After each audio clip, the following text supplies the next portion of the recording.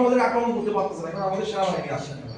এই এটা আমাদের সার্বভৌমত্বের নিরাপত্তা, কিন্তু আমাদের অভ্যন্তরে আরেকটা নিরাপত্তা হয়েছে, সেটা হলো মানব নিরাপত্তা।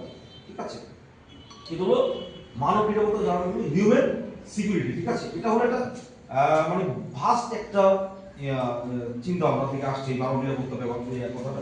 ঠিক আছে, তো এই যে আপনি, ঠিক আছে, আপনি আপনার বাসা থেকে এই যে আপনার যে ট্রেনিং সেন্টারে আপনি আসছেন, ঠিক আছে, ঘর থেকে বেরোয় আপনি ট্রেনিং সেন্টারে আসছেন, তো আমি বাসা থেকে বেরোয় অফিসে আসছি, অফিসে এখানে আসবো, এখানে এসে আপনাদের সাথে ক্লাস করে আমি অফিসে যাবো, অফিস থেকে আবার বাসায় ফিরবো। ঠিক আছে, এই যে আমার সারাদিনের যে ডেস্টিনেশন, আমার যে জার্নিটা, আমি জানি আই এম সেফ। ঠিক আছে, আমি জানি যে আমি কেন যেখানে ক্লাস দিতে যাবো ওখানে এমন কেউ নাই যে আমাকে একটা বড় সম্ভবত হামলা করতে পারবে।